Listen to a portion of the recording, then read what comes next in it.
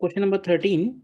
A particle of mass m and positive charge q, moving with constant velocity 4 I cap, enters a region of uniform static magnetic field normal to xy plane.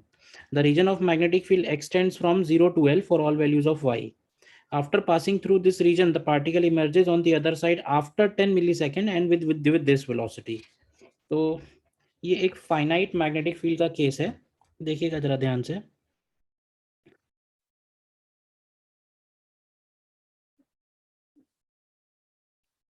Suppose इस तरह से है ये magnetic field, और particle का अगर आप initial velocity देखो ध्यान से, तो इनिशियल वेलोसिटी पार्टिकल का एंटर होते समय x इक्वल टू 0 पे दिया हुआ है 4 आई कैप, ठीक है।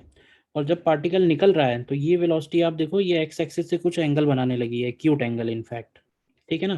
तो इसका मतलब ये पार्टिकल इधर से गया है और इधर इस तरह से निकला है कि ये वाली जो वेलोसिटी है, ये वेलोसिटी उसकी हो गई है 2 टाइम्स √3 आई कैप प्लस जे कैप।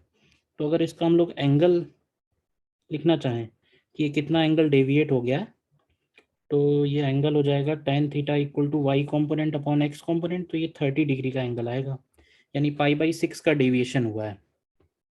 तो अगर हम इस यहाँ से एक परपेंडिकुलर लाइन ड्रॉ करें और यहाँ से परपेंडिकुलर लाइन ड्रॉ करें, तो ये दोनों उसके सेंटर पे जाके मिलेंगे, ये उसका रेडियस बनेगा और ये वाला एंगल इसका 30 डिग्री यानी π/6 बनेगा, ठीक है। तो सबसे पहले तो हमें निकालना है मैग्नेटिक फील्ड का डायरेक्शन।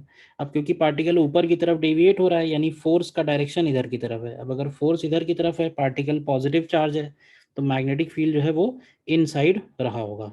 तो मैग्नेटिक फील्ड का डायरेक्शन हमारा, अब देखो एक्स एक्सिस इधर की तरफ है, वाई एक्सिस इधर की तरफ है, ठीक है।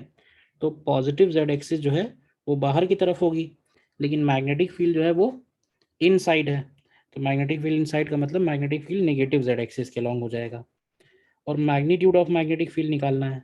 तो अब देखो 30 डिग्री टर्न हो रहा है, और 30 डिग्री टर्न होने में उसको जो टाइम लग रहा है वो दिया हुआ है 10 मिली सेकेंड। तो टाइम टेकन जो होगा, ऐसे बोल सकते हैं कि टोटल टाइम का 1/12 होगा। 1/12 इसलिए क्योंकि 30 डिग्री डिवाइडेड बाई 360 डिग्री, पूरे 360 डिग्री में टी टाइम लगेगा, तो 30 डिग्री में t/12 हो जाएगा। तो इसको लिख सकते हैं πm upon 2πm upon Q B होता है, डिवाइडेड बाई 6 कर 12 करेंगे तो πm अपॉन 6 क्यू बी बचेगा। और ये टाइम हमको दिया हुआ है 10 मिली सेकेंड। 10 मिली सेकेंड का मतलब हो गया 10 अपॉन 1000। देखिए, तो यहाँ से हमको b की वैल्यू निकालनी है। तो अब देखिए b की वैल्यू यहाँ से क्या, 50 πm अपॉन 3q बचेगी क्या, ठीक है ना। तो हमारा ऑप्शन इसमें सी वाला ऑप्शन करेक्ट हो जाएगा।